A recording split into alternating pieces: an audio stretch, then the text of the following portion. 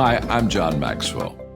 When the top companies in the world are looking for trainers, speakers, and coaches, there's one name that stands above the rest, and that's Maxwell Leadership. Our certified team members have gotten proven results for companies all over the globe, and our reputation, I'm proud to say, is second to none. Some of our members have risen to the top of their profession, including the one you're going to meet today. I proudly introduce you to my friend Bob Fabian Zinka. Welcome to the Leadership and Success Podcast with your host, Coach BZ, where we help you lead with purpose and succeed with impact. If you're ready to grow into the kind of leader others want to follow, this podcast is for you. If you're determined to elevate your success and leave a lasting legacy, this podcast is for you. As my mentor, Dr. John C. Maxwell reminds us, everything rises and falls on leadership. Our goal is simple: to inspire you, challenge you, and equip you with insights that can transform the trajectory of your leadership journey. Welcome aboard to another episode of the Leadership and Success Podcast with Coach BZ.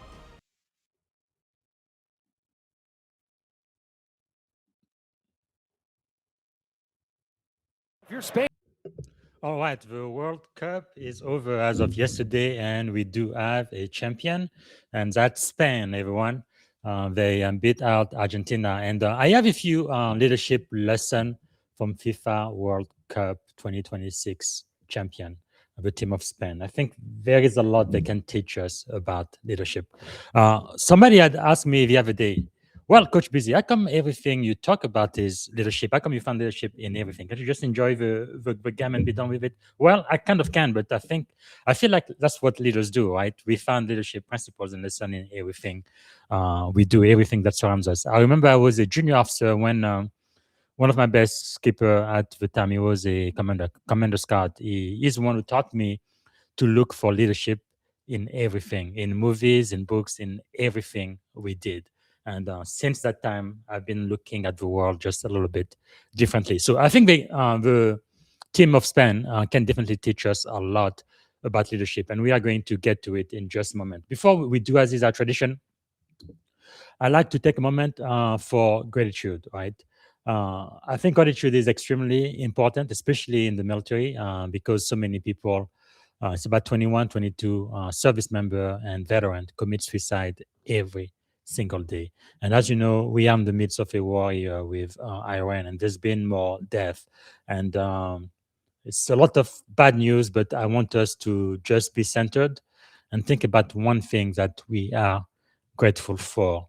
And for those who've been watching the show since June 10th, 2026, I've really been grateful for freedom every single day. And today is no different. So if you would, you know the drill, maybe close your eyes and put yourself in your happy place and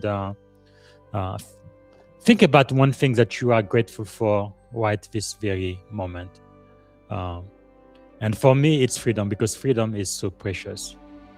Pat Henry said, right, give me liberty or give me death. If I can be free, you may as well just kill me, right? But the thing is, freedom is not free. Freedom is not free. There is somebody that paid the price for you to have the freedoms that you have today. And some people pay the ultimate price. So I want to remember all of the service members who gave their life starting the war in Iran. Officially, we know of 13 initially. And since then, there's been at least 2 more. First, Lieutenant Tyler James Freehand and also Private Isabella Gonzalez. Private Gonzalez really breaks my heart. She's only 19 years old. My youngest daughter is 18. She just graduated from high school. Just think about my little Zoe, 1 year older, going to fight for our country and dying like that. Really, my heart goes out to her family and the family of all of the people who have really sacrificed their life for America, for our country. I am in mourning today, and may their sacrifice not be in vain. That's one thing when you join the military, you really put your life at risk for your country, for your people. And I just want to take one moment of silence for all of those who have given their life for this country during the Iron War.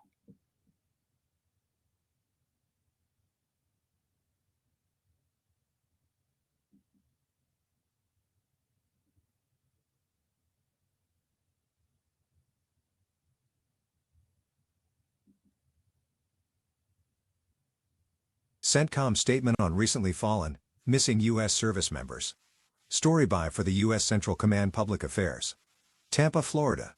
On July 17, 2 U.S. service members in Jordan were killed in action as U.S. Central Command, CENTCOM, and partner forces defended against Iranian ballistic missile and drone attacks. Additionally, 1 service member is currently missing in action. 4 American service members were medically evacuated to Jordanian hospitals. They have since been discharged. Other personnel who were evaluated for minor injuries have returned to duty. Out of respect for the families, CENTCOM will withhold additional information, including the identities of the fallen warriors, until 24 hours after the next of kin have been notified.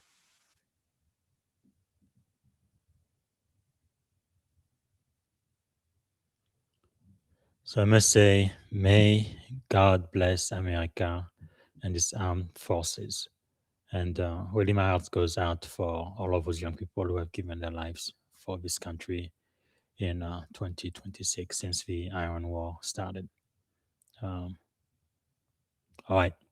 So let's now talk about leadership. I am going to play the podcast. It is based on the article I just wrote this morning about leadership lesson from FIFA World Cup 2026 champion. Really, it's about system over superstar. And I think that's a big, big difference. Argentina had one very, very big star, right? A superstar. Messi is bigger than life, but that wasn't enough for Argentina to win this time. There is something that the Spanish team can really teach us about leadership. So let's get into it. This is going to last about, looks like about 30 minutes or so. So as you are listening, take notes and tell us in the comment where are you guys joining us from, what city, what country. And I've invited all of my friends on LinkedIn who's connected to me from Spain and from Argentina as well. Let us know that you are watching. Let us know what you are grateful for today. And also, let me know as you listen to this podcast 3 to 5 takeaways from today's lesson. And I will be back right after that. So, see you. Actually, no, it's going to be 30 minutes. It's going to be almost an hour. So, here we go. So, picture the scene. The date is July 19th, 2026. You are watching the FIFA Men's World Cup final completely unfold. Oh man, what a game. Right. It is Spain versus Argentina. We are talking about 2 absolute, undeniable titans of the sport, and they are just carrying the weight of their respective nations on their shoulders. Yeah, the pressure is just unimaginable. Completely. And we have long passed the standard 90 minutes of regulation time. The match is completely deadlocked. Just entirely frozen. Exactly. The tension in that stadium is so thick, so palpable, it feels like it might actually, crack the concrete. If you look closely at the broadcast, you can literally see the exhaustion just etched into the players' faces. Oh yeah, lungs are burning, muscles are cramping. They are running on absolute empty, fueled purely by adrenaline and willpower at this point. It is the 106th minute of extra time. The margin for error is absolutely zero. None. One mistake and it's over. Right. And then, in a flash of movement, it happens. A breakthrough. A goal. The stadium absolutely erupts into pandemonium. It's cinematic. It really is. It is. But if we peel back the layers of that cinematic moment, there is a very specific detail that matters more than anything else for our deep dive today. Yeah, the identity of the goal scorer. Exactly. The player who manages to break that deadlock, the one who scores that championship-winning goal, is not the marquee superstar. It's not the guy whose jersey is currently hanging in millions of storefronts around the globe. Right, it wasn't the face of the franchise. No. It is Ferran Torres, a substitute. A player who, if we look back just a few weeks prior, actually lost his starting position during this very tournament. Which, I mean, that completely shatters the conventional narrative we usually expect in moments like this. He really does. It wasn't the focal point saving the day. It was a player who was essentially relegated to a supporting role, coming off the bench exactly when the collective unit needed him the most. And he delivered at the highest possible level under unimaginable pressure. And that reality right there, that is the launching pad for our mission today. We are not here to give you a sports recap or, a breakdown of soccer tactics. No, definitely not our lane. Right. We are looking at this entire event through a fundamentally different lens today, thanks to an incredibly rich piece of source material we are unpacking. Yeah, this is a great one. It is. We have an article written by Bob Fabian Zinga. He goes by BZ. And he brings a fascinating dual perspective to this. He is a U.S. Navy information warfare commander. Wow. Yeah, and he is also a high-level cybersecurity executive. So he is a guy whose entire professional life revolves around managing complex systems, neutralizing catastrophic threats, and coordinating massive groups of people in these incredibly high-stakes environments. So he's looking at this game totally differently than a sports pundit would. Exactly. He watched that exact moment in the 2026 World Cup final, and he didn't just see a great goal. He saw an absolute masterclass in human leadership and organizational structure. That is such a cool way to look at it. Right. So our mission today is to extract the profound insights Zinga observed in Spain's victory and map them directly onto your everyday life. Yeah, because this applies to everyone. It does. Whether you are leading a massive division at a Fortune 500 company, or maybe you're trying to organize a hyper-local community event, or you're just fascinated by how highly effective groups of human beings manage to function without tearing each other apart. Right. Which is a miracle in itself. Honestly, it is. But there is a blueprint here for you. And, the cross-pollination of ideas is what makes Zynga's analysis so potent. I mean, he is bridging worlds that most people keep in totally separate mental compartments. Yeah, you don't usually mix those up. No. Elite international athletics, high-stakes military operations, and corporate cybersecurity. Yeah. But by overlapping them, he isolates the absolute core denominator. The human element. Exactly. He reveals the underlying mechanics of how human beings combine their efforts to achieve things that are, quite frankly, impossible for any one person to accomplish alone. Okay, let's unpack this right out of the gate, because I have to admit, my immediate reaction pushes back against this a bit. Oh, really? How so? Well, I think a lot of people listening might feel the same way. As a society, we are utterly obsessed with the concept of the hero leader. Oh, absolutely. Right. We are fed this cinematic narrative from childhood. We love the story of the one charismatic, visionary CEO who parachutes into a failing company, fires the deadweight, and single-handedly turns the stock price around. The Steve Jobs narrative. Exactly. Or the superstar athlete who supposedly puts the entire franchise on their back, scores 60 points, and wins the ring through sheer individual brilliance. Right, the Michael Jordan effect. Yeah. And from a purely pragmatic resource allocation standpoint, I have to ask, isn't relying on a genius superstar actually the most efficient way to win? I mean, it seems like it would be. You go out, you spend the money, you find the most talented, brilliant person on earth, you put them in charge, you give them the ball, and everybody else just gets out of their way.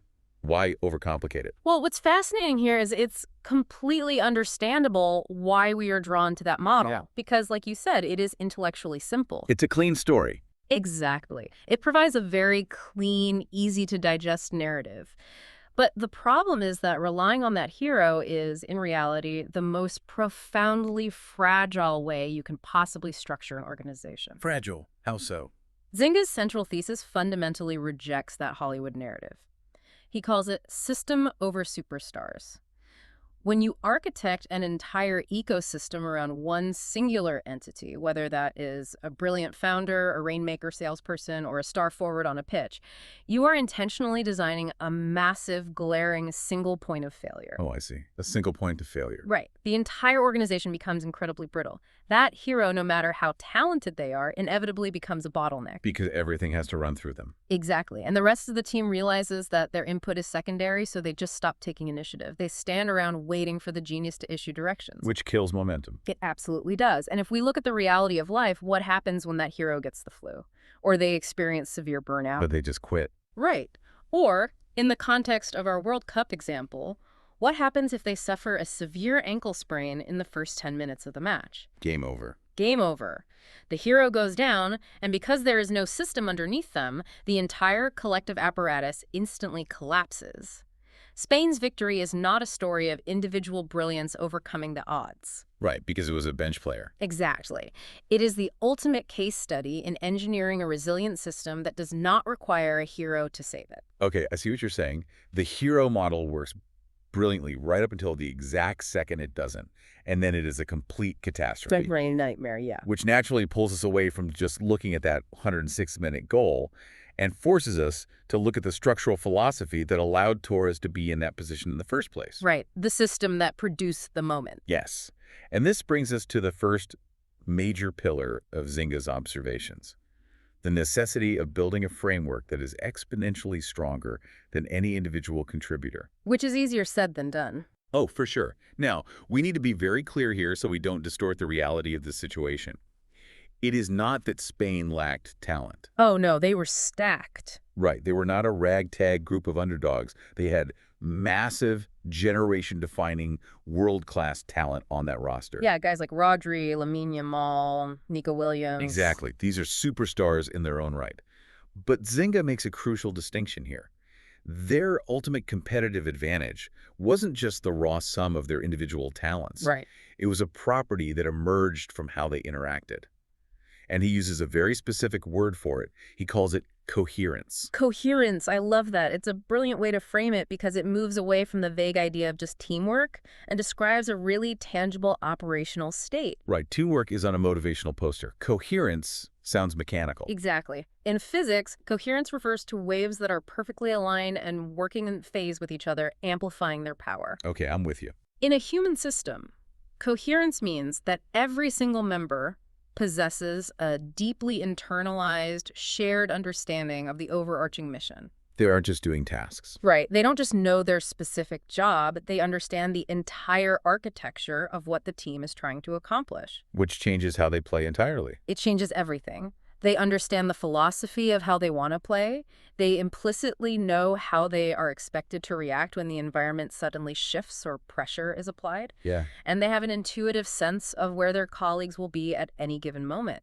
They can operate at maximum speed because they do not have to pause, look to the sideline, and wait for a manager to micromanage them with isolated instructions. I love that distinction. They aren't waiting for permission to make the optimal choice. No, they just make it. It reminds me of the difference between an orchestra waiting for the conductor's baton for every single note versus a jazz ensemble. Oh, that's a great analogy. Right. A jazz group knows the core progressions so well they can improvise and adapt to each other in real time without anyone explicitly telling them what to do. That is a phenomenal comparison, and it aligns perfectly with how Zynga connects this sports achievement to high-level military strategy. Oh yeah, tell me about that. Well, he explicitly references General Stan McChrystal's concept of a team of teams. Right, the book. Yes, the book and the philosophy. McChrystal developed this while commanding special operations forces in incredibly complex, hyperfluid environments. Where things are changing by the second. Exactly. And he realized that the traditional, rigid military chain of command, where information slowly trickles up to a general, the general makes a decision based on old information, and the order slowly trickles back down, was completely failing. Because the enemy was moving too fast. Right. It was failing against decentralized, adaptable networks. Success in a fast-moving environment, whether that is a volatile battlefield, the final moments of a World Cup, or a rapidly shifting modern corporate market, requires abandoning that rigid hierarchy. So what do you replace it with? McChrystal argues for cultivating what he calls shared consciousness. Shared consciousness. Yeah. You empower your people with radical transparency. You ensure everyone, from the top down to the newest recruit, understands the broader strategic intent. Okay. And once they have that shared consciousness, you trust them to execute and adapt within that framework in real time. Which, that fundamentally redefines what leadership actually looks like on a day-to-day basis. It really does. It flips it on its head. We often fall into the trap of confusing leadership with a title on an organizational chart. We think the leader is the person with the corner office or the captain's armband. Yeah, the person at the top. But Zynga argues that leadership is a behavior. It's an action. It's a state of taking ownership. And to achieve that shared consciousness we just talked about, you have to create what he calls leadership density. Yes, at every single level of your organization. I want to pull an analogy directly from Zynga's world of cybersecurity here because it makes this so clear. Oh, let's hear it. Think about the difference between a legacy, centralized server architecture and a modern, decentralized cloud network. Okay, yeah. Imagine you have a massive global enterprise, and every piece of data, every transaction, every communication routes through one massive central server sitting in a basement somewhere. Right, one big machine. That server is your hero leader. Hmm. It is incredibly powerful, yes. Hmm. But if that one server experiences a power surge, or like a critical hardware failure. The entire global company goes completely dark in an instant. Exactly. It is a total operational catastrophe. Yeah. But if you build a system with high leadership density, you are building a decentralized mesh network. Right, a cloud. You have autonomous nodes of capability distributed everywhere. So if one node goes offline, the network doesn't panic. It just seamlessly reroutes the data through the other capable nodes. And the end user barely even notices a stutter. Exactly. Zynga points out that a naval command cannot possibly function if the commanding officer is required to make every single micro decision. It would paralyze the ship. Completely. Yeah. And we can bring this right into our personal lives, too. Think about a family unit. Oh, that's a good point. If a family relies on just one person to carry 100% of the emotional labor, the logistical planning, the financial stress, and the crisis management, That person is eventually going to break. they will. Yeah. It is just an unsustainable architecture. It is deeply unsustainable. And if we connect this to the bigger picture, it highlights a fundamental misunderstanding of power. How so? In insecure systems, leaders hoard power because they think it makes them indispensable. Oh, job security. Right. But in mature systems, leadership is entirely about multiplying capability. Zynga anchors this idea with a quote from the well-known leadership author John Maxwell. Okay, what does he say? He famously stated, "Everything rises and falls on leadership." Now, people often misinterpret that quote to mean that the person at the very top is the sole determinant of success. Right, the hero again. Exactly. But the deeper, far more actionable implication of Maxwell's statement is that if an organization's survival depends on leadership, then the only logical way to ensure long-term resilience is to drastically multiply the volume of leaders you have operating within the system. Because one leader isn't enough to hold up the whole building. Right. You do not want a massive herd of passive followers who are just standing by waiting to be rescued or told what to do. You want a dense concentration of professionals who intuitively take ownership of the problems in front of them. So let's pause here and really apply this. I want you, the listener, to think about your own daily environment for a second. Yeah, let's bring it home. And ask yourself the incredibly pointed coaching questions that Zynga poses in his analysis.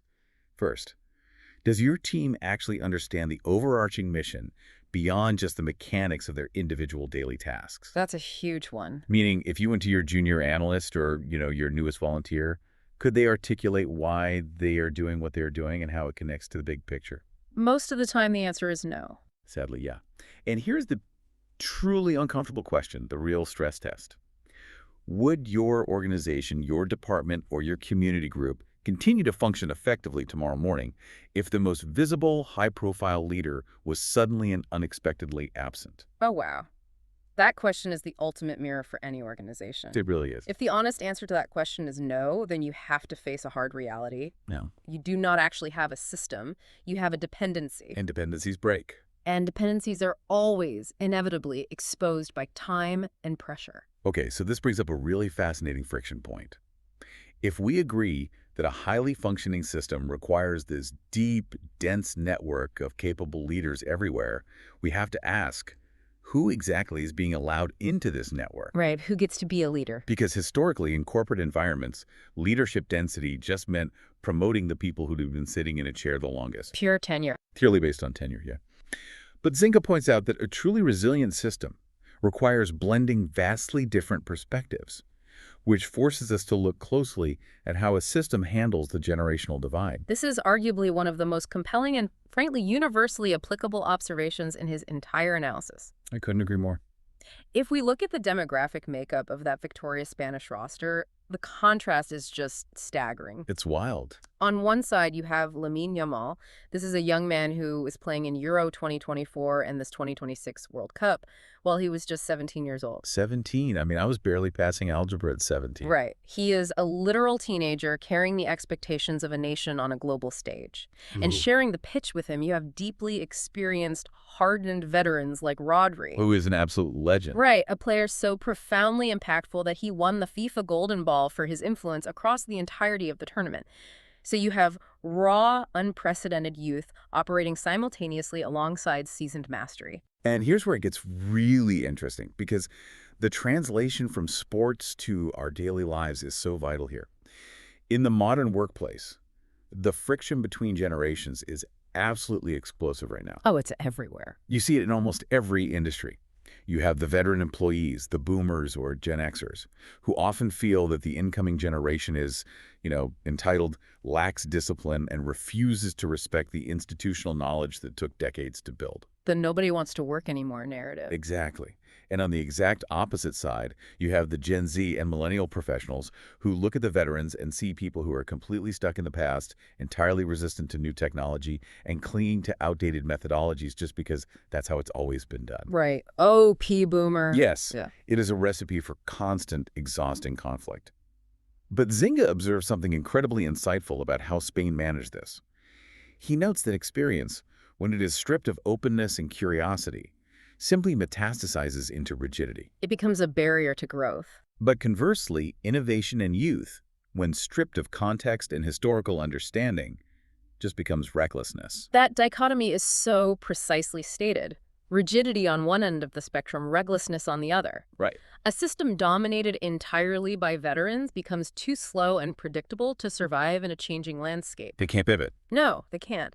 But a system dominated entirely by youth burns itself out, making catastrophic, easily preventable mistakes. Because they don't know the history. Exactly. The antidote to that friction, the mechanism that Spain utilized so effectively, is something we can call reciprocal mentorship. Reciprocal mentorship. I like that. It completely dismantles the traditional top-down hierarchy where the older generation simply dispenses wisdom downhill to the grateful, silent youth. Right. It's not a one-way street. No, it requires treating mentorship as genuinely a two-way street.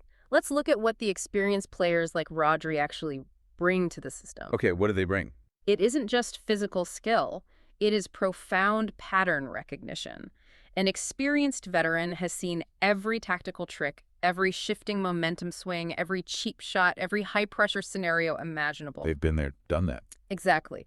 They possess a deep tactical maturity and, perhaps most importantly, emotional regulation.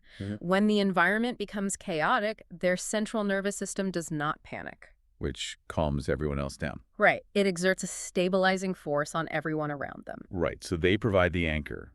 But if they are the anchor, what is the 17-year-old providing that the veterans cannot? Because a mentor relationship usually implies the older person is the only one giving value.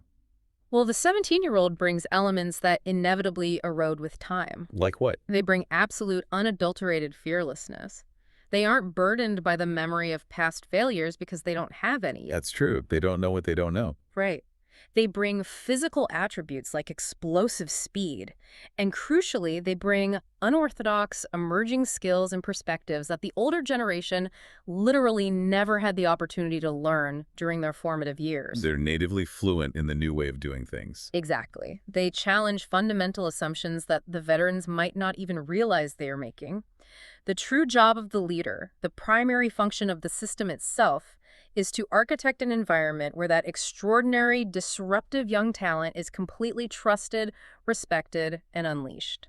But within boundaries. Right. Yes, this is the critical balancing act. The system must ensure that the youth are never expected to carry the structural weight of the entire institution alone. Because that would just crush them. It would. You do not place the ultimate fate of a nation or a multi-million-dollar corporate initiative squarely onto the shoulders of a teenager or a recent college graduate. Right. That's just irresponsible. It is.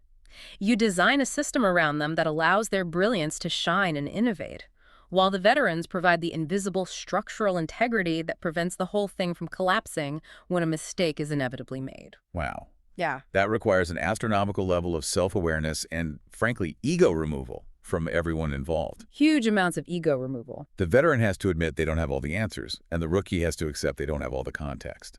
And neither wants to admit that. No. So, translating this to your own life and your own organization, Zynga pushes you to ask some very difficult questions. Let's hear them. First, are the senior, highly tenured members of your team actively and generously transferring their hard-earned wisdom to the next generation?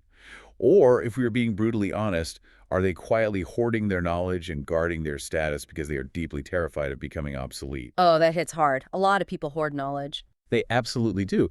And looking at the other side of the equation, are you cultivating a culture that actively invites and rewards younger professionals for respectfully challenging outdated processes? Do they have a voice? Right.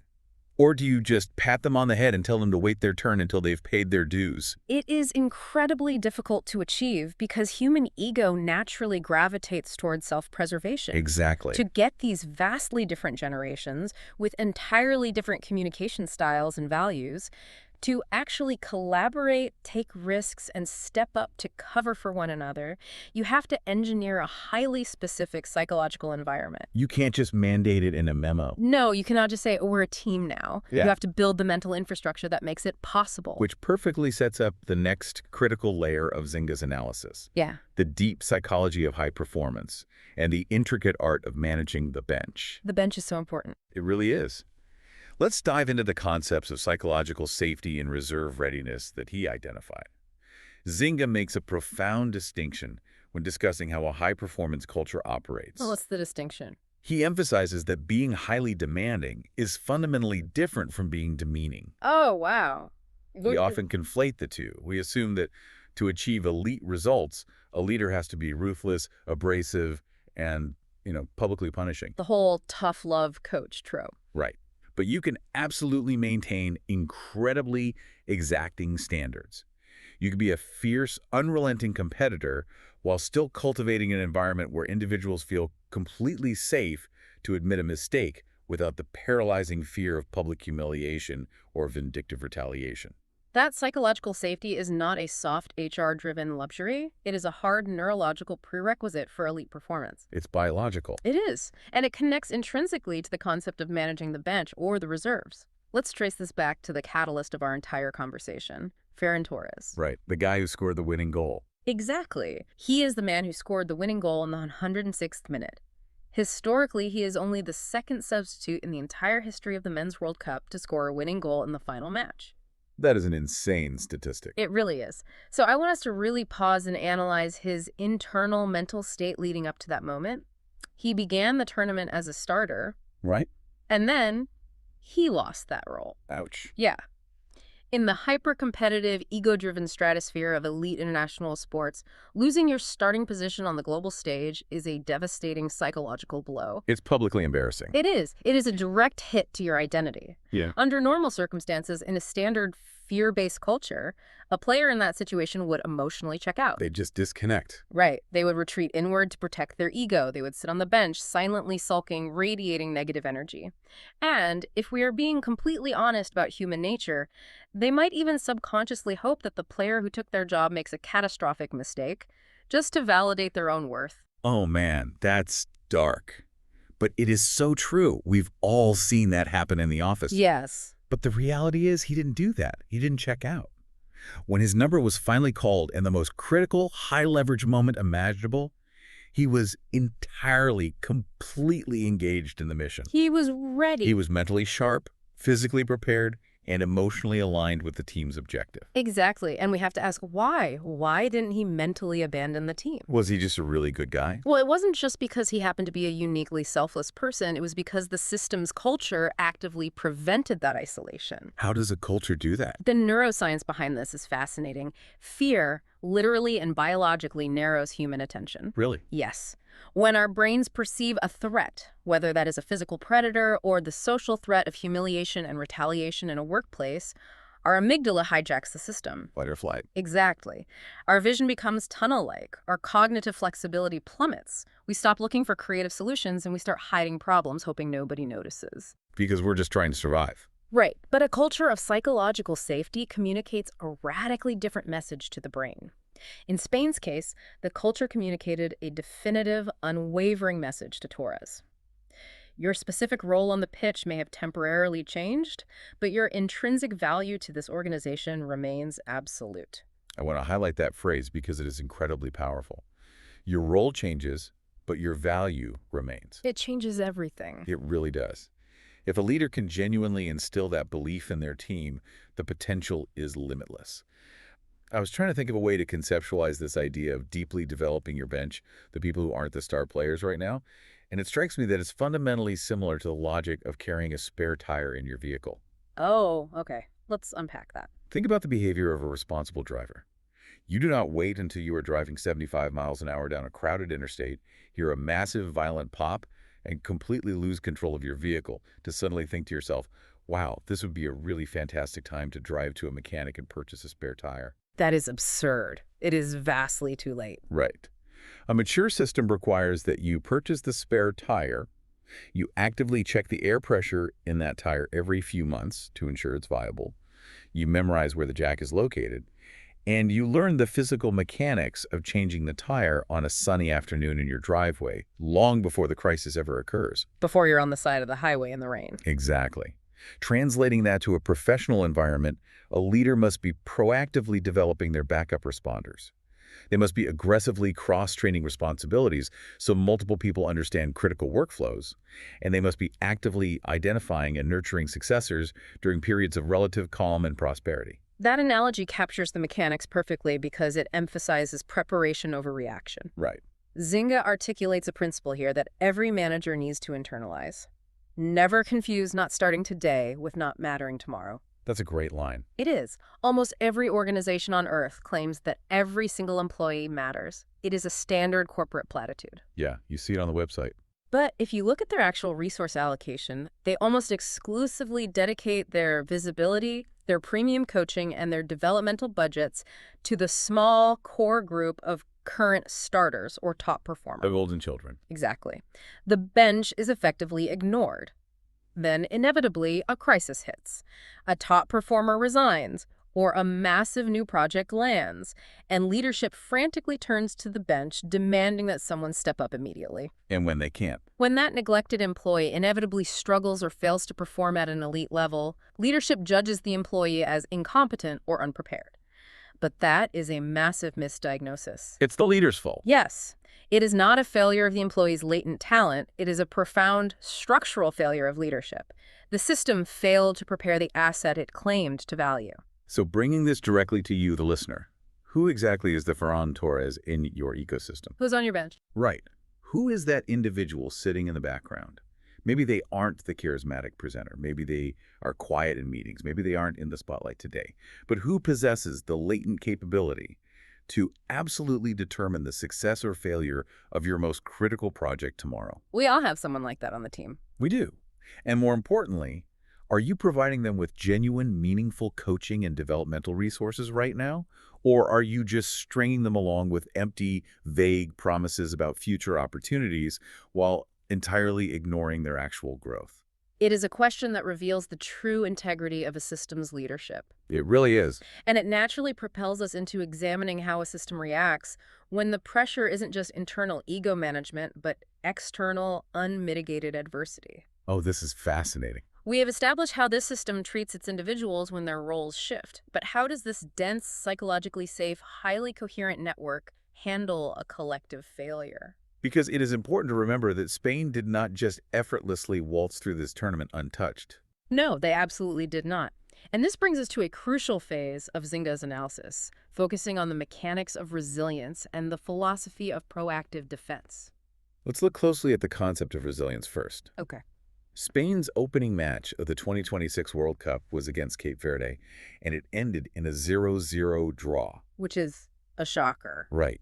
Context is everything here. For a historical powerhouse like Spain, possessing that level of generational talent, playing to a scoreless draw in their opening match is perceived as a massive, humiliating disappointment. The media must have been brutal. Oh, you can only imagine the external pressure.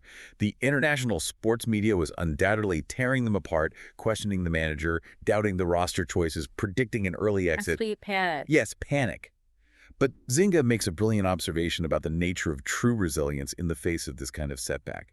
He notes that we often mistakenly define resilience as mere toughness, just clenching your jaw, suppressing your emotions, and stubbornly pushing through the pain. The macho view of resilience. Exactly. But organizational resilience is vastly more sophisticated than that. It is the systemic ability to absorb a significant disruption, process the incoming data, to learn from the failure incredibly rapidly, and dynamically reorganize your resources to address the flaw. All without losing your core identity or panicking. Right, they absorbed the shock without fracturing. They didn't panic, they didn't fire the coaching staff in their minds, they didn't suddenly abandon the entire tactical philosophy they had spent years building just because of one statistically poor outcome. The days of the process. They trusted the system to self-correct, and that deep systemic trust ties directly into the next major concept, the reality that great defense must start early. Oh, the proactive defense, yes. When we think of defense in soccer, we usually picture desperate last-second tackles inside the penalty box right next to the goal. The goalie making a diving save. Exactly. But Spain's defensive structure didn't operate in a state of constant emergency near their own net. Their defense initiated all the way on the opposite side of the pitch, essentially in the offensive zone. Defending while on offense. Yes. It began with the discipline of maintaining possession of the ball, executing highly coordinated positional structures, and aggressively applying pressure to the opponent long before the threat could even materialize into a dangerous situation. Which chokes the opponent out. Precisely. This philosophy of proactive disciplined containment is precisely what allowed them to systematically dismantle heavyweight opponents like Austria, Portugal, Belgium, France, and eventually Argentina. Okay, I have to jump in here because while I totally understand how that works on a soccer pitch, translating a high-press soccer defense into the reality of a normal Tuesday morning at an accounting firm or, a marketing agency feels like a bit of a logical stretch. It does sound a bit abstract. So what does this all mean? How does a normal team implement a proactive defense without just constantly looking over their shoulders in fear? Well, it does sound abstract until you process it through the specific lens of Zynga's professional expertise in military cyber warfare and enterprise cybersecurity. Ah, right, the cyber angle. In the realm of cybersecurity, if you define your defense as the actions you take the moment you detect a malicious hacker actively rummaging through your sensitive databases and exfiltrating client data, You're already screwed. you have already completely lost the war. That is not defense, that is post-mortem damage control. Wow, yeah. True. Robust defense begins in the realm of governance. It starts with the meticulous design of network architecture, the strict enforcement of identity and access management, and the relentless ongoing security awareness training of every single employee. No, years in advance. Months or even years prior to a threat actor ever targeting the organization. In a highly mature system, the incident response effectively begins long before the actual incident ever occurs. I see. It's the philosophy of building the firewall before the fire actually breaks out. It's anticipating the vulnerability before it can be exploited. Precisely. And if we want to translate that out of the IT department and into the broader office environment, proactive defense is essentially extreme operational foresight. Like what? Well, in an HR department, proactive defense means establishing clear, equitable conflict resolution protocols before two key employees develop a toxic relationship that threatens a project. Oh, that makes sense. In a supply chain context, proactive defense means auditing your vendors and securing backup suppliers, even when your primary vendor is delivering perfectly, so you aren't held hostage by a sudden global shipping crisis. Right, you're not scrambling at the last minute. Exactly. The ultimate unglamorous takeaway that Zynga presents here is a hard truth about human psychology. The best crisis is the one your preparation prevented from ever becoming catastrophic. But nobody rewards you for that. That's the problem. We have a severe societal tendency to underinvest in preventative preparation because prevented disasters do not generate thrilling headlines. Right. No one throws a parade or awards a medal for the catastrophic crisis that quietly didn't happen on a Tuesday. True. But mature leaders understand that quiet, rigorous, almost boring preparation is the exact mechanism that creates visible, awe-inspiring resilience when the inevitable storm finally hits. I think that is a concept that demands some real introspection from everyone listening. You really need to sit with that idea and ruthlessly audit your own systems. Yeah, take a hard look. What specific failure in your life, your project, or your organization are you comfortably assuming will simply never happen? Where are your hidden single points of dependency? We all have them. If a highly specific third-party vendor suddenly goes bankrupt tomorrow, Mm-hmm. or if a niche piece of software that you rely on suffers a catastrophic outage, or, and this is a big one, if the one key employee who actually knows how to run the legacy billing system decides to quit, does your entire operation come to a grinding, chaotic halt? Because if the answer is yes. Right. If the answer is yes, your defense isn't starting anywhere near early enough. Yeah. You're waiting for the attacker to be inside your penalty box. It is a phenomenal diagnostic question. It really is. And while having that tactical preparation, the cross-training, and the proactive strategy is absolutely crucial to survival, there is a binding agent that holds all of these disparate elements together. You can possess the most sophisticated tactical playbook in the world. But if you do not cultivate the correct overarching environment, the entire structure eventually corrodes and collapses. Which brings us into the profound realm of overarching culture. Exactly. And perhaps more importantly, what that culture represents to the wider world. Okay, this moves us into a fascinating exploration of culture and representation. Let's look at Zynga's observation that culture inevitably beats talent when talent refuses to operate cohesively. It's the classic talent versus hard work debate, but on a systemic level. Right. He makes a point that we really need to internalize. Culture's not a catchy, focus group-tested slogan plastered on a break room wall. No, it's not a poster. It is not a slide in an HR onboarding presentation that everyone ignores. Yeah. True culture is the living, breathing pattern of repeated behaviors. Yes. It is explicitly defined by what behaviors get celebrated and rewarded and what toxic behaviors get quietly tolerated by leadership. That last part is key. What you tolerate becomes your culture. Exactly. And to engineer the winning culture that Spain displayed, their manager, Coach Luis de la Fuente, had to oversee an operation that was exponentially larger and more complex than just the 11 highly visible athletes running on the grass. Oh, absolutely. The players on the pitch are merely the tip of a very large, unseen spear. Right. To achieve that level of performance, Coach De La Fuente was essentially managing a sprawling, multidisciplinary corporation.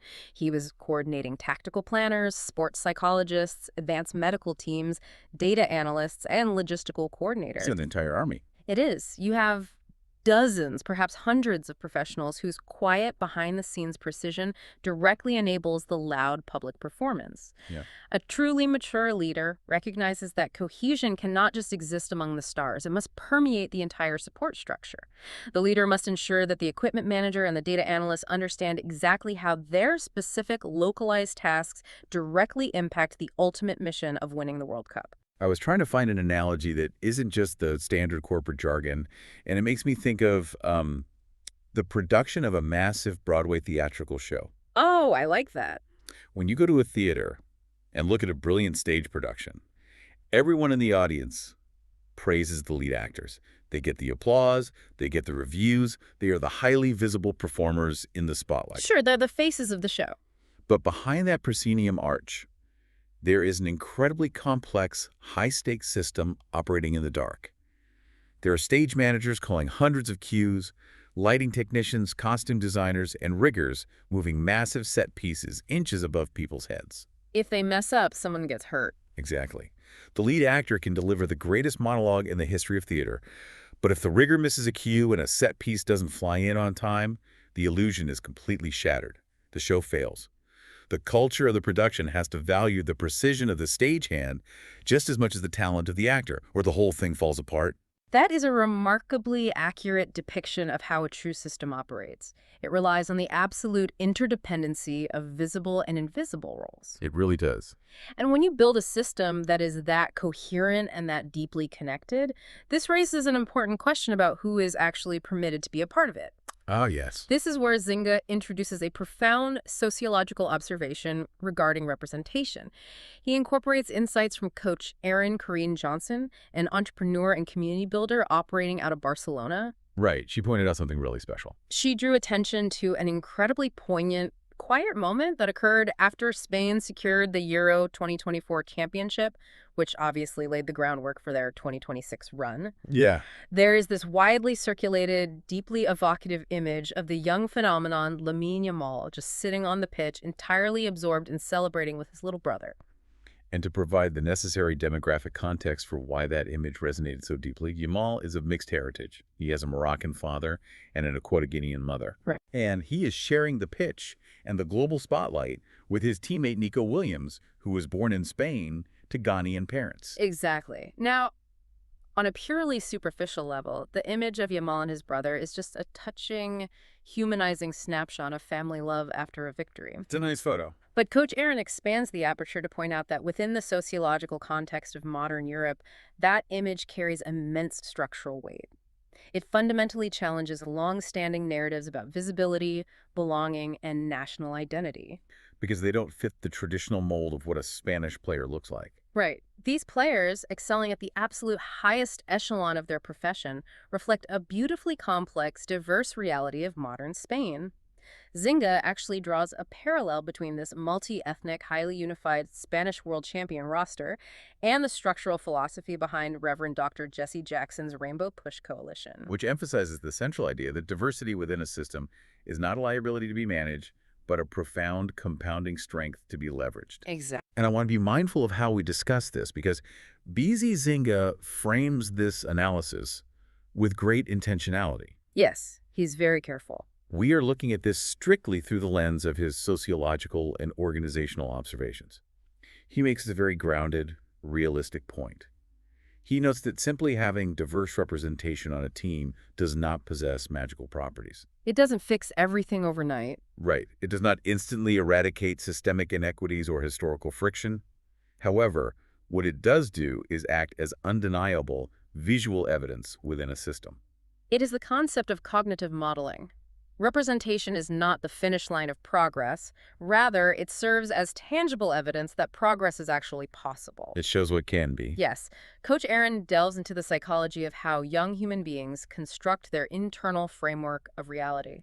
Children do not build their understanding of what is possible for their lives purely based on what well-meaning adults tell them. No, they watch what happens. They build it based on the patterns they repeatedly witness in their environment. When a young child, whether they are sitting in an apartment in Madrid, a neighborhood in Malabo, a street in Accra, or a classroom in San Francisco, witnesses an individual who shares their physical background, their heritage, or their lived experience, not merely participating on the fringes, but actively leading, excelling, and being celebrated on the world's most prestigious stage. A fundamental neurological shift occurs. Exactly. Their internal boundaries of reality expand. The subconscious narrative shifts from, that world is closed to me, to perhaps I inherently belong there as well. And Zynga makes an equally sharp, perhaps even more critical point about the inverse of that phenomenon. Oh, yes. The core argument is not just the positive affirmation that people need to see someone exactly like them to feel inspired. The deeper, more insidious reality is that persistent, systemic absence communicates a deafeningly loud message of its own. It's toxic. It is. If you grow up and you never, ever see anyone from your demographic background occupying spaces of authority, excellence, or leadership, the system is quietly, subconsciously implanting the suggestion that high-level achievement in those spaces is biologically or socially reserved for someone else. It erects an invisible, artificial ceiling on human potential. Exactly. When an organization actively expands its representation, it acts as an interruption to that negative, passive programming. It structurally communicates, you are a vital part of this picture. Which is so empowering. It is. However, Zynga is meticulously careful to include a caveat here. Superficial visibility alone is entirely insufficient. Right. Tokenism. Yes. If representation is not structurally reinforced by genuine access to resources, equitable developmental coaching, and actual tangible decision-making authority, it devolves into mere window dressing, a PR exercise. Just checking a box. Exactly. A truly great leader operating a mature system does not just focus on climbing to the summit of the mountain for their own glory.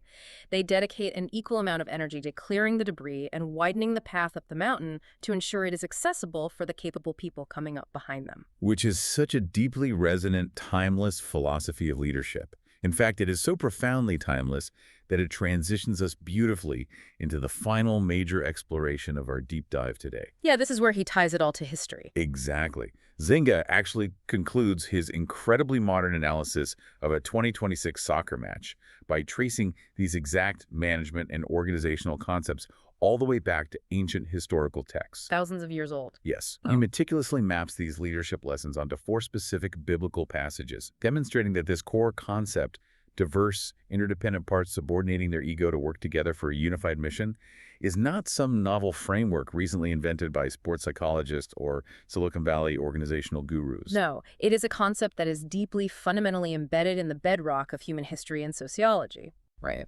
And I think it's vital to note that regardless of a listener's personal faith tradition or secular belief system, analyzing these texts offers profound, universally applicable sociological insights into how human beings have historically managed to thrive and overcome tribalism. Because the human condition hasn't really changed. It hasn't.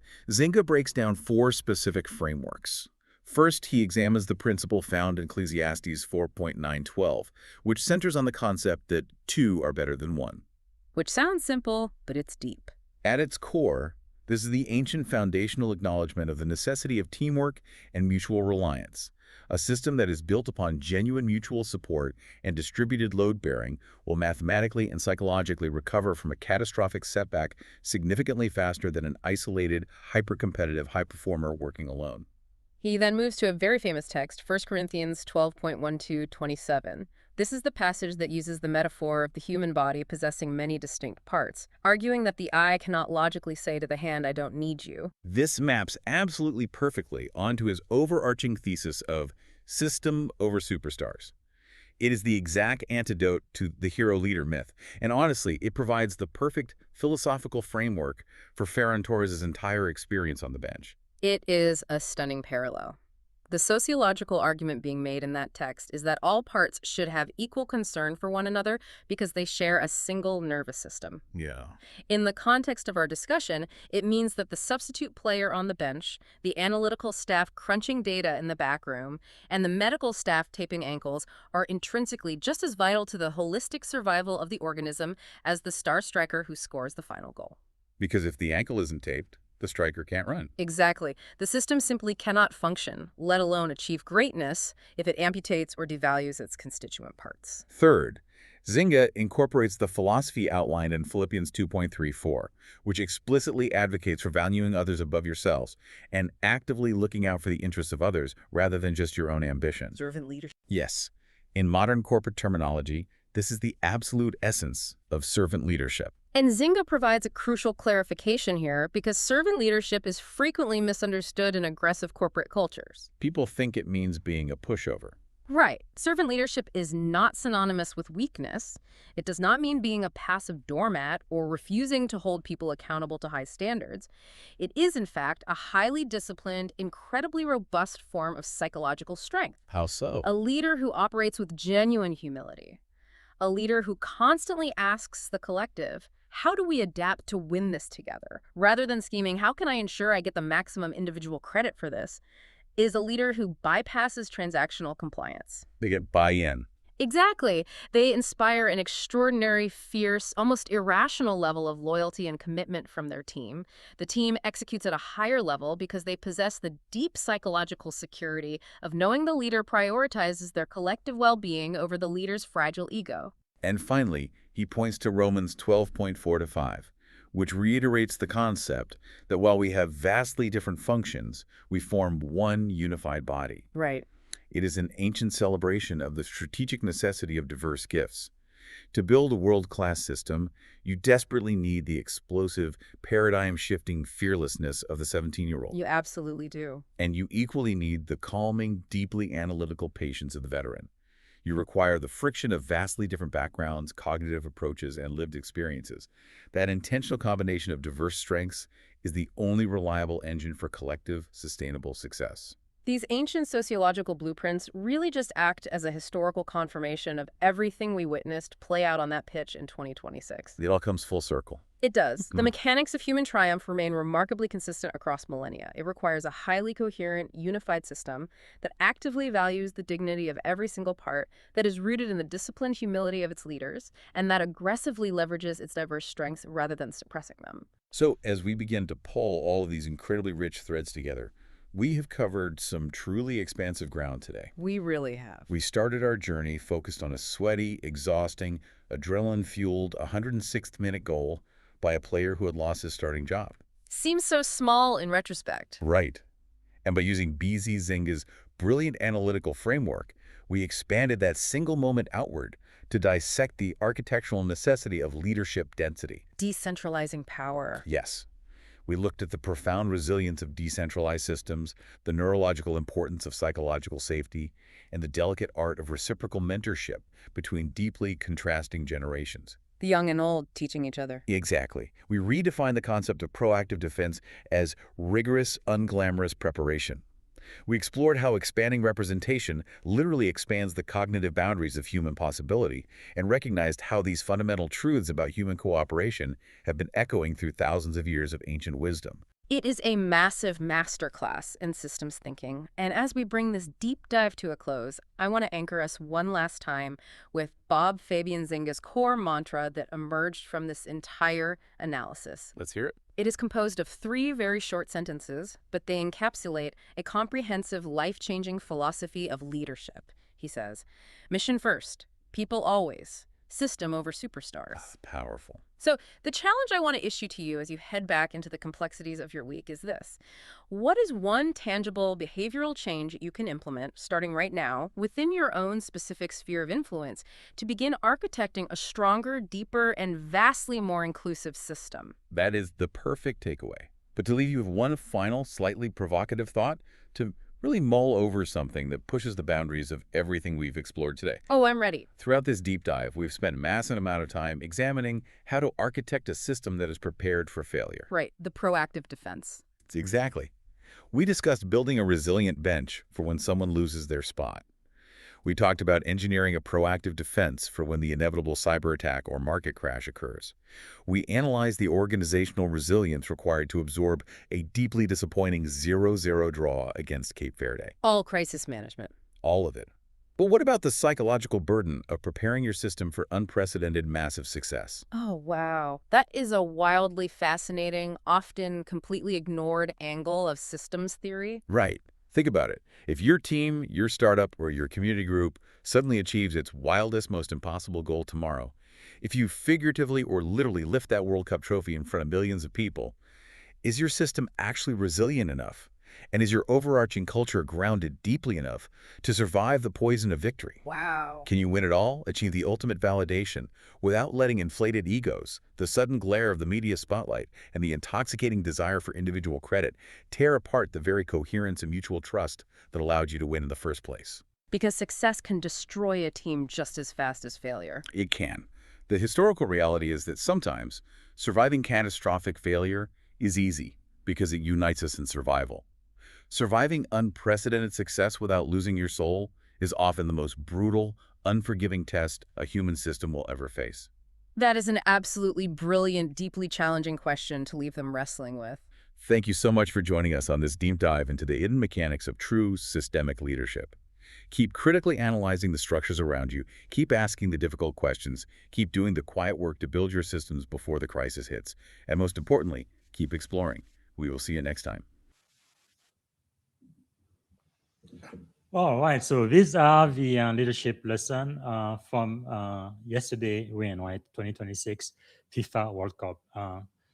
Congratulations to Spain. That was quite an achievement. So let me know in the comment where you are watching us from, what city, what state, which country, what you are grateful for, and also 3 to 5 takeaways from today's lesson. So that's it for now. And for our Black history portion of the podcast, today we are celebrating and really the life and the legacy of General Colin Powell. I've written an article about him. I think it takes about 20 minutes to read it, so I encourage everyone to do that. And I'm going to play a short video from the general as we get offline. And I have decided to start a brand new podcast, which I think the premiere episode is going to be today. It's going to be season 250 for America 250. It's going to be about Black history month. So Black History Year, since we're going to be doing this every single day this year. So celebrating the life and legacy and achievement and accomplishment of African American in the United States of America. So the first episode, which I'm going to be recording today, will be why is Black history important. So I'm going to be talking about a nation scar, not a political wedge, right? This is not about politics. It's why Black history matters, right? We need to remember, we need to learn, we need to lead and build a more perfect union. This is our history, our responsibility, and our future for all American, because Black history is American history. And the second episode, which I think I'm going to publish today as well, will give you a dozen books to get started. So it is 10 books initially, but then I added 2 extra books, just bonus. I love to give a little bit more. I think I got the idea from Steve Jobs. Whenever he had a presentation, he would be done. I mean, he would say, oh, one more thing. Oh, one more thing. So 10 books, I think that should get you started on your journey to learn about Black history. And then I've given you 2 additional bonus. That's going to be the second episode. But really, the truth is, Black history is all around us, right? Nothing is hidden. It's almost like it's hidden in plain sight. It's right there for everybody to know if you would just do the research. So every time I end one of those articles for Black History Year, I will give you a list of places to go to learn more about your history, about American history. So the 10 books that are essential, I believe everybody should read are here. One is uh, let me see, The Miseducation of the Negro by Carter Woodson is the father of Black History Month. Actually started as Black History Week. I mean, it was expanded to Black History Month. And for our podcast on our platform, we're going to be doing it for the entire year. And then I have 2 books on Reconstruction. Reconstruction is so important. It was really like a rebirth of the United States of America. That's really when America really started to live up to its founding ideal, right? 1776, Declaration of Independence, we say all men are created equal. That's good. That's who America is. But in reality, uh, Black African American were slaves. They were not equal to white people. They didn't have any freedom. And during the Reconstruction, that's where we got the 13th Amendment, the 14th Amendment, and the 15th Amendment. And Black people were freed, and they started uh, becoming full citizen of this country. But unfortunately, that didn't last very long. So we need to know that history. Then I have another book, Stamp from the Beginning. I also have a book, Self-Taught, which is going to be one of the articles I'm going to add on the podcast too. For example, I was surprised to find out that in the South, it was African Americans that really developed the education systems that became public school for all of the southern states, including white people. Really, it was architected by African Americans. So I think that's a very important story to understand. And there is also this book you guys should already know about, an example for all the land and caste. I love that one because it really shows that America, for the most part, has really been run as a white republic and apartheid state, right? Whites are at the very, very top of the caste, and then blacks at the very bottom, and then everybody else is kind of in between. If you look at it through that dimension, it really makes a lot of sense why blacks have been aided and really relegated to the lowest form of living in this country without any expectation for success or definitely for leadership in society. I think it's just a good framework that makes us understand why many things have happened the way they have. Why by law, uh, it was disadvantage to Black people. What benefit for white service member who returned from war, but no benefit for the Black who went through the same exact experience, who put their life on the line for their own country, right? Redlining, why some homes can appraise highly and other homes will not get much contribution from the state government and the federal government. So we pay taxes, but we don't get those benefits for our school segregation and all that. So it just makes understanding America much it makes the American history make a lot more sense. Okay, and the other one is the Golden 13. I really owe so much to them because without them, those were the first 13. Really should have been 16, but the first 13 black naval officer. Without them, there is no Commander Bob Fabian Zinga. So I owe so much to the Golden 13. That was in March of 1944. My father was about 1 year old at the time. So this is not ancient history. Right? Some people like say, "Oh, don't talk about Black history." That's no from the 1700s, 200 plus years ago. No, no, no. This is only 80 years ago. It is not that long ago, and our society is still uh, dealing through the effect of that racism, that separation, that discrimination. We still live the effect of that today in 2026. So I think if you are in the military, it kind of gives you a better understanding of why there is so much disparity between the white male service member and blacks and everybody else. Actually, women too, right? Because women also didn't participate in our society or even start to vote until after black men had the right to vote. So pretty much all of the marginalized group in America, including women, really got their civil right through the struggle for African American civil rights. So I think that again that explains a lot. And I have the Warmth of Our Sun. That's another book by Isabel Wilkerson that really talks about the great migration within the U.S. Today, we are talking about having the U.S. government eyes, deport millions of people out of the country who might be illegally, but really there was a great migration deportation within America from the South for Black people to the North, going to Chicago, to Boston, to New York. And that really led to a lot of great things for American culture. For example, the Harlem Renaissance, jazz, blues, and that kind of thing. And when you talk about Detroit, we talk about Motown sound and music, Michael Jackson and so forth. That only happened because those people left the Deep South because of so much racism and Jim Crow and discrimination, and they migrated within the U.S. mass migration toward the Yankee state, and that really enriched our culture. People like Diana Ross or Whitney Houston, we wouldn't have known them if their parent, their grandparent, their ancestors had stayed in the South, where they were pretty much lynched every day. They didn't have any protection from the law. So again, that explains a lot. And then I also have this book, From Slavery to Freedom. So I think these are 10 books every American should read to understand our history. And the two extra books I have added on the list is this one, Black AF History, The Unwhitewashed Story of America by Michael Herriot. This is a great book that pretty much summarizes, it's pretty comprehensive, the entire experience of African American in the US. And the other book, which I highly recommend, is this one, African America, Celebrating 400 Years of Achievement.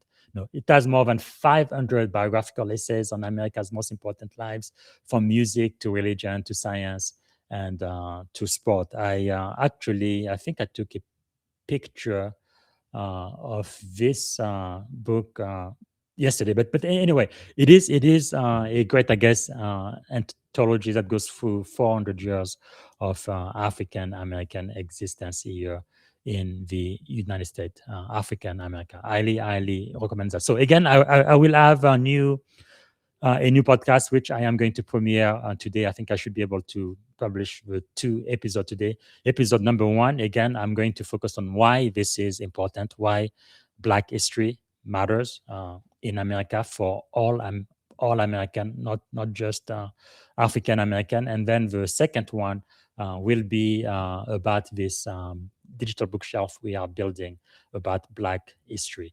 Actually, I changed the name. Instead of Commander Bob Zinga Black History, I think I'm calling it Black History Your Community, because I am going to need your help. I think we have almost 200 books now. When I first started last week, I only had about 125 books. Now we have over 200, and I'm getting a lot of recommendations. So I would need your help.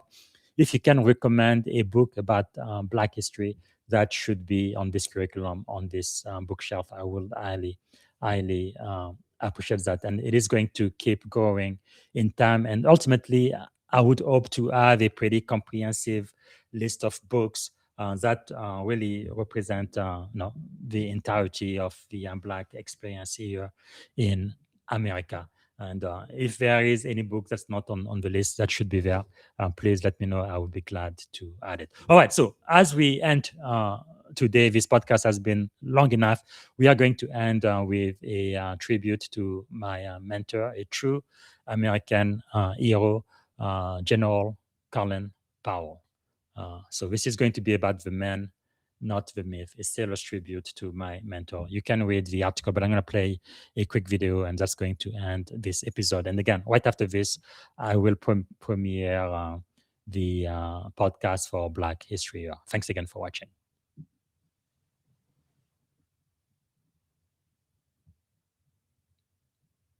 My two parents, immigrants from Jamaica, came here in banana boats 90 years ago. I grew up in the South Bronx, having been born in Harlem, with no expectation that I would be anything other than a soldier for a couple of years. And I became chairman of the Joint Chiefs of Staff after 30 years. So the dream is still there. It hasn't gone away. But for some kids, they don't see that dream. They don't see it in their life. They don't see it in their neighborhood. They don't see it in their home. But it is there if we bring that dream to them in the person of mentors, in the person of a quality education, healthcare, and get them to believe. And what it takes is for those of us who have the ability to do so to get into their lives. And that's what has made us successful for the last 20 years. When we started this, there were roughly 200,000 people who were in mentoring relations with kids. It's now over 4 million. Governor Jeb Bush of Florida at that time joined our movement. And he said, I want to have 200,000 mentors in Florida. And he said, it starts with me. So the governor became a mentor. And every week, the same kid would come to see him. And I launched that program with him. And 5 years later, I was privileged to go back down to Florida and note that 200,000 mentor relationships had been created. The President's Summit for America's Future.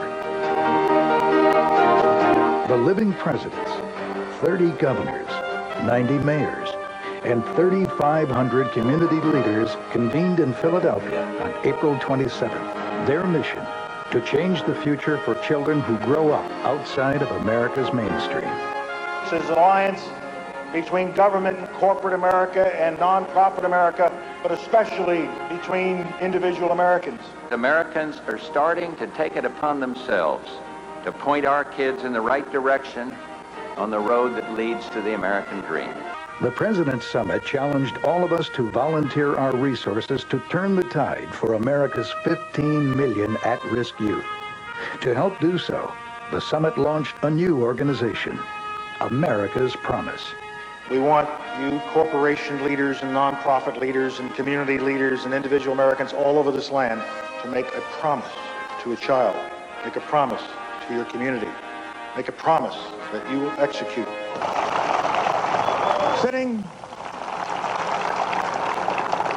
Sitting in a work session. Oh, freedom.